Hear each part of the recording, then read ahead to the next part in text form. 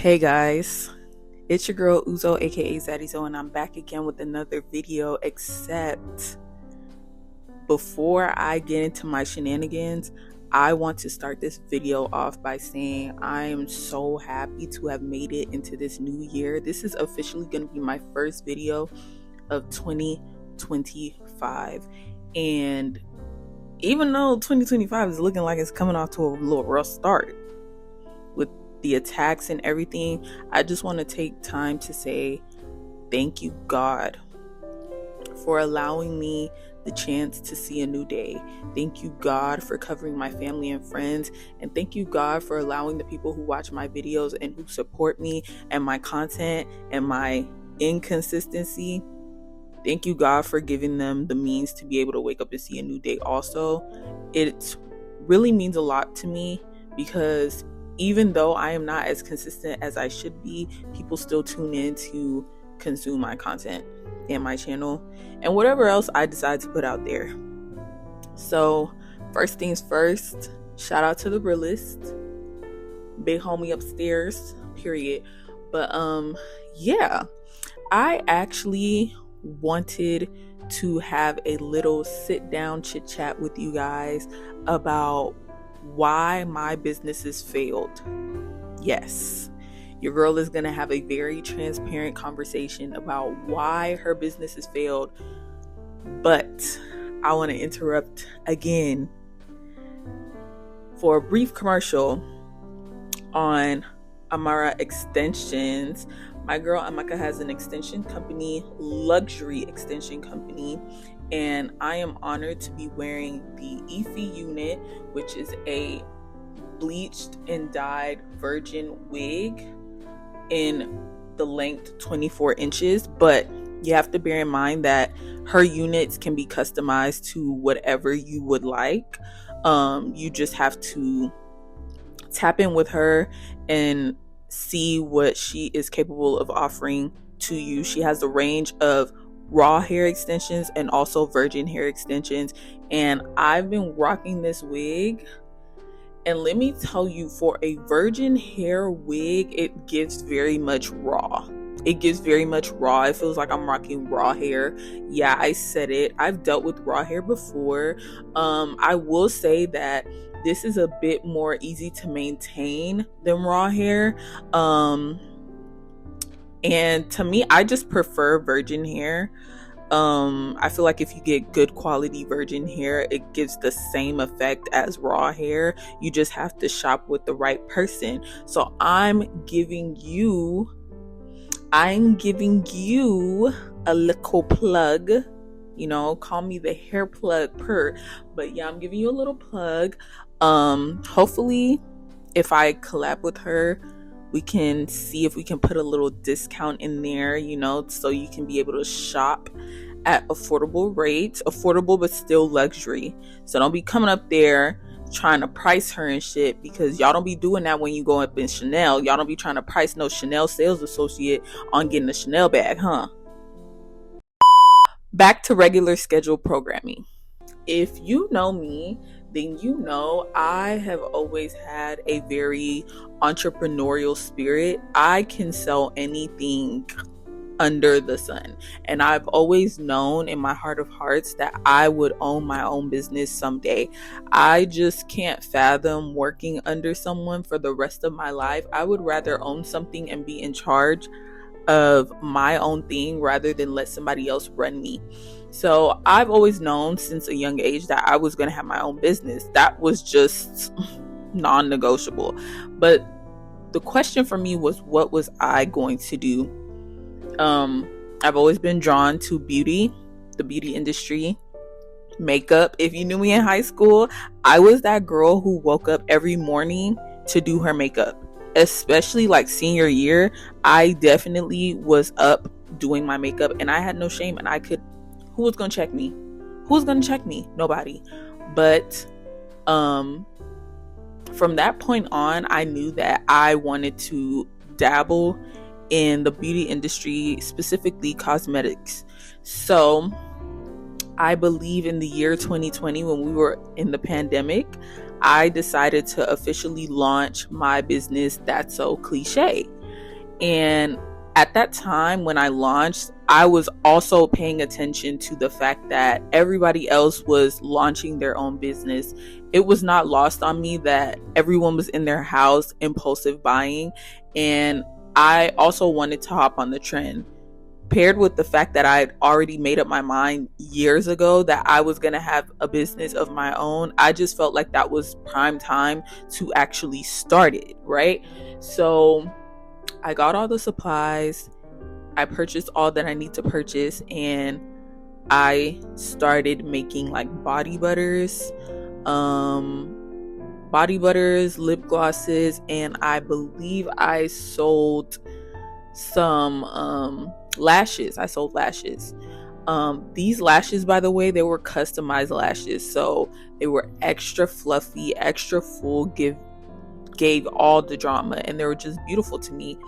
And I was making some good money. I can't even lie. I was making some good money. Anytime I posted on my story, I sold something. Like I made a sale or sales that day. So sorry, my nose is itching. So I never really like doubted my ability to sell, but I didn't feel like the stuff that I was selling at that point resonated with me per se. Like, yes, it was in the beauty and cosmetic industry, but it wasn't exactly what I wanted to do. So I took a step back and I decided I was going to rebrand into selling clothes. So I was still under That's So Cliche, but I had like shortened it to like Shop Cliche on Instagram, right? So it kind of stuck. The Shop Cliche stuck with me, so I kind of took off the That's So Cliche and I just kept Cliche. So I started selling clothes. Now, when I was selling clothes, what I did was I got a sales tax permit and a wholesale permit, and I was buying from wholesale websites, not Alibaba. I was actually buying from like legit wholesale websites, and I was getting clothes and selling the clothes. And I think I had like a custom velour suit that did pretty well. It was cute or whatever, but you know, it just, once again, it wasn't me. Funny enough, when I sold those velour suits, I sold velour suits, and I believe at the time I had also sold some purses. I made good money off of that business. So there was really no need for me to stop, outside of the fact that it still didn't resonate with me. It just started feeling like I was going with the trend. I would see something, I would see other businesses doing something, and I wanted to be like them. I wanted to be able to have a spread across the floor with all the packages. I wanted to be like the girls who were sold out all the time, making $10,000 in a day. So I decided once again, you know what? I don't want to do this anymore. Even though I was making good money, I could, if I wanted to, I could have lived off of my business. But like I said, I was paying attention to all the noise instead of just focusing on my brand, who I wanted to be and how I wanted it to reflect in my business. So at that point, I don't even think I pivoted anymore. I think I just completely stopped, and I just wasn't doing anything at all. And then life happened. My dad got sick. For 2 years, I was dealing with my dad and like his illness, making sure he was okay, making sure I spent enough time with him. Because when I was running my business, it took a lot of time out of me. I am a creative and I'm sensitive about my shit. But no, for real, I am very sensitive about my craft. And I'm very particular about how I want things to be done. Even though the way I executed my brand at that point in time was still very amateur, I still knew what I wanted to do concerning my brand. the photo shoots, I took the pictures, I created the content, I was the behind the scenes, I was doing quality control, I was the one reaching out to manufacturers, I was the social media manager, I was doing a lot of things, and it was burning me out. So when my dad got sick, I just needed to focus on my family, and as a result of that, my business took a hit. Now, I would say, despite making money, despite having sales, in my eyes, my business failed.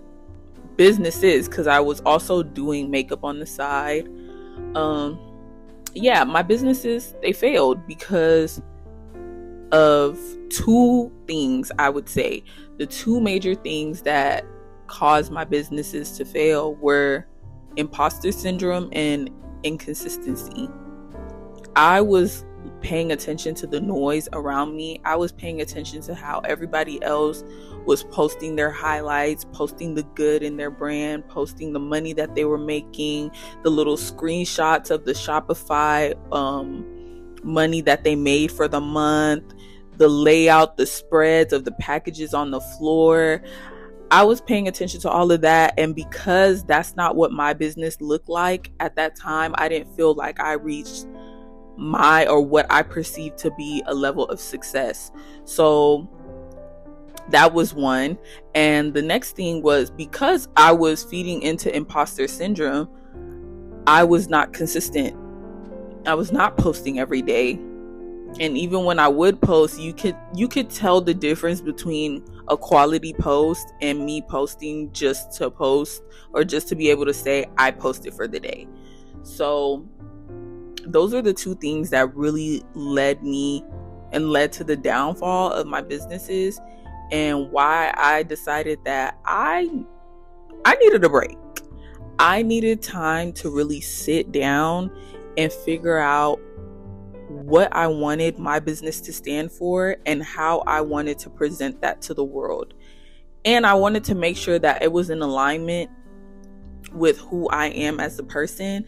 And if I were to scale in the years to come, would it still be in alignment with my values? So I say all this to say, running a business is not about the money. It's not just about the money, money still matters, but it's also about, do you have the passion? Do you have the drive? Do you have the determination? Are you willing to stay long nights talking to manufacturers and vendors about your product? Are you willing to spend thousands of dollars on your product, on samples, hoping that you will eventually find the right one? Because you will go through a lot of samples, you will go through a lot of product before it's perfect. It doesn't just come out perfect at once. Are you willing to know that some months you're not going to make any money at all? You're not going to make any money at all. Some months you might just make 5 sales the whole month. Are you willing to be there for your business even when it's not on top? I had to ask myself those questions, and I feel like at this stage of life that I'm in right now, I am ready for that. I am ready to be a CEO. I am ready to be a millionaire. As you're looking at me right now, you're looking at the future CEO of Kliche Studios and House of Beatz. Yes, you heard your girl. I've decided to rebrand. Yeah. Round of applause. Yeah, I've decided to rebrand my businesses and focus more on the details, focus more on giving quality over quantity, focus more on marketing focus more on logistics, paying attention to analytics, and just being consistent. That's my biggest thing. Blocking out the noise and being consistent. So stay tuned for my 2 businesses that I will be launching. I will be posting behind the scenes and days in the life of, like, a business owner or whatever on my channel. And if you need any questions concerning how to run a business, how to make sales, how to consistently make sales, let me know, because I can film videos on that. I'm really good at that. Let me tell you something. If you want to make some money, I can help you make some money. Just let me know. But yeah, I've decided that I am going to rebrand my business. So stay tuned for those videos in the future, because they will be coming very soon.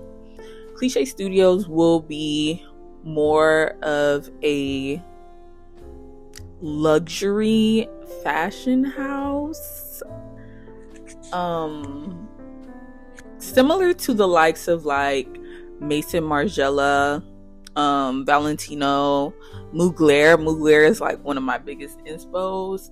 But yeah, that's kind of the vibe of Kliche Studios. And House of Beatz is a luxury beauty brand, a modern contemporary luxury beauty brand. Yeah, so stay tuned for those 2 businesses. I will be posting, like I said, I will be posting videos on updates, days in the lives, and how I manage my businesses. So if you would like to see how I engage in those things, or how to run a business, or how to make sales consistently, let me know and I can make separate videos on those, or I can just include them in my vlogs that I will be having on my channel. And yeah, that's it for me, because left up to me alone, I could be here all day just yapping. Your girl's a certified yapper, yapologist, okay, baby? But yeah, make sure to like, comment, and subscribe, and stay tuned for future videos. XOXO Zeddy Zo. Mwah.